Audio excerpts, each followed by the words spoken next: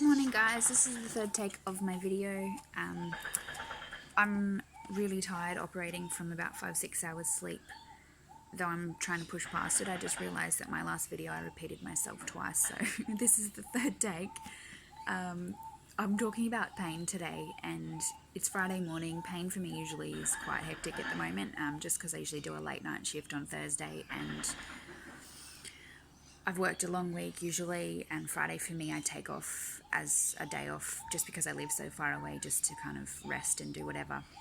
So I stuck with my routine and I woke up to go to the yoga class and my teacher didn't show up. So I didn't get annoyed, didn't get frustrated, I just kind of went along and did the other thing. I went to the beach, come back, and I've done some upper body work for strength because that's where I do carry my pain. I'm going to try not to repeat myself if I can remember what I did last time. I want to talk about pain because most people are affected by it, and because of the industry that I work in, I deal with people on a daily basis who are affected so much by pain. A lot of them are in dis-ease, as in dis-ease, because their bodies produce disease to try and harness and protect itself from the toxins that it's exposed to.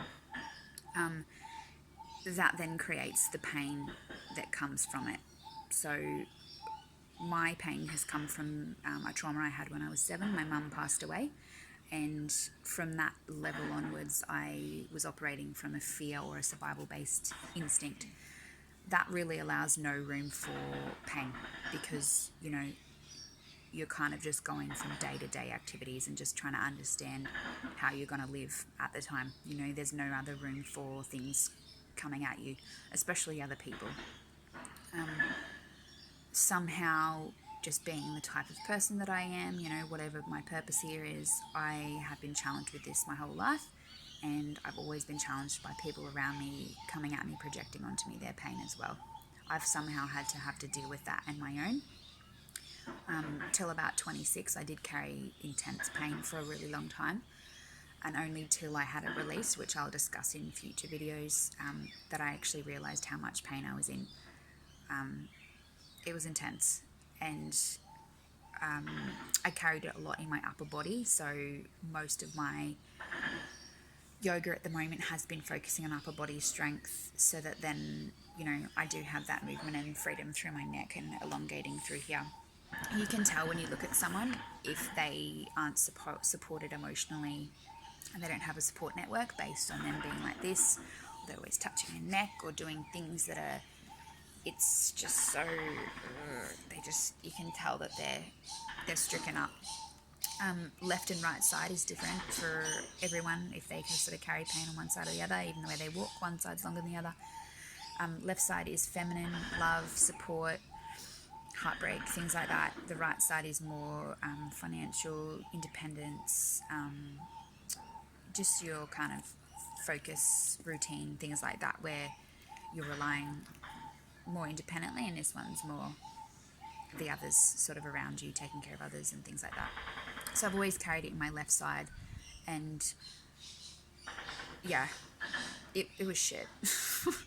I had a lot of pain for a long time, and I just pushed past it. I do lots of boxing, and I just always think that it was pain from working out, and that stemmed to a long line of vertigo issues and pinched nerves, things like that. But then that can be from a physical perspective, and it also presented to me in a mental perspective where I wasn't allowing things to open up to me. Vertigo is related to a third eye, and that was me sort of not opening my vision to seeing other things that were around me, and kind of kept self-sabotaging, because every time I got it, there'd be something that I'd have done that I've reacted and responded to like I used to, and like irregardless of how much growth I'd gone through, it was just like a survival thing. So I'd operated from a survival instinct for a really long time, which is your lower level chakra, the one that you're grounded most to the ground. And then as I got older, the shoulder injury sort of came out when I was about 21, where I'd sort of gotten past that and I'd found my independence, though my heart and throat chakras and expression weren't they didn't know what to do. I didn't know how to use them. So I felt very oppressed with my opinions, and I felt like no one ever understood me. I could never fully express my love to anyone. I could never feel like someone understood how I could love, because I can and love intensely.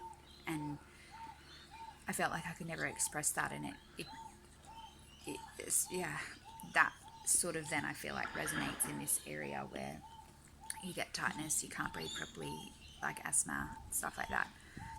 Because I sort of see people with illness and disease all the time, and their pain threshold is so low. Like doing just massaging them or touching them, they can't even handle being touched, and that actually really affects me when I go to touch someone and I know how nice I can make them feel, and they can't handle you even touching them. Like what's happened what what's happened to our world where we are humans, we thrive on touch, on the five senses. That's the basis of us being here. We're here to understand each other and observe and learn and experience all these things in 3D, in this dimension. If you can't accept love and touch and things from other people, you're going to be in a shitload of pain. And it makes me feel sick when I've touched someone and they haven't liked it, as in like giving them a head massage or whatever. They just, no tolerance. And I just want to get to the basis of this. We need to sit down and we need to understand what kind of pain we are in and why we're in it. Don't suppress it. Don't go to the doctor. Don't get your cold and be like, fuck this, I'm going to get some medication. You've had it for 2 days. Let it come out and let it ventilate. If you don't, you're going to suppress it, and then things are going to start to happen internally. You'll think that you've gotten your cortisone cream and you put it on and the rash has gone away. Well, actually, it's going to come back again twofold, and you're probably going to store it in other areas of your body. I'll touch base quickly on fulcrum, which is where it's an energy source that's stored in your body from physical trauma or emotional trauma. So whatever you associate it with, if it's emotional, I used to be sick a lot as a kid where I'd vomit all the time, and whatever I'd stored was in my stomach, because that's, where your nerves and stuff happen and they affect you that way. So much dog hair. And I'd be sick all the time. Some people have had a car accident or something like that. Like even past life, I've had someone do a reading for me before where I actually had died from hitting my head.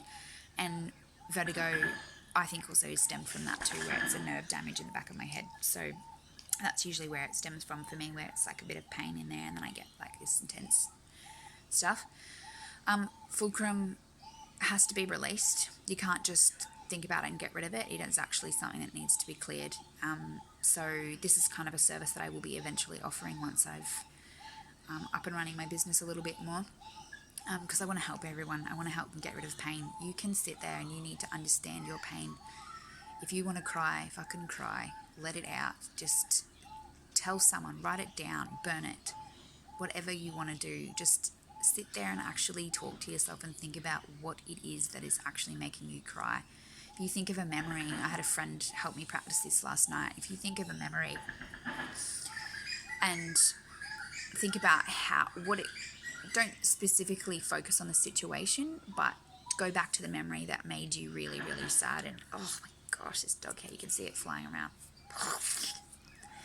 You can see the memory and it hurts, and I cried instantly. It's just, there's just so much pain there. It's just, but acknowledging that, and that's kind of why I'm writing an ebook as well, so that I can then delve back into the past without actually reliving it and having to do anything about it. I just want to write about it and go, actually, this is how I felt at the time. And it helps you understand yourself.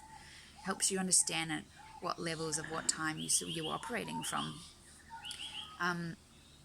It's only now that I think I've stopped fearing things. And when I meditate, it is almost like a kundalini type thing where, as I was saying, you're allowing energy into a vortex. Shit starts spinning for me. Like I actually start to feel like I'm getting vertigo, but because I don't fear it anymore, it's my third eye is activating. There's things happening and I feel like I'm just spinning on a merry-go-round. It's intense, and that's kind of where we need to be at. The connection with others, to feel, to understand, to help, to be activists.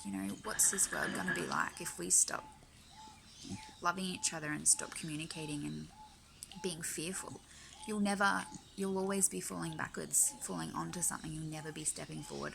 So This is a long video. I hope that it is very fruitful for you because it's Friday morning and fuck, we need some energy for the rest of the weekend.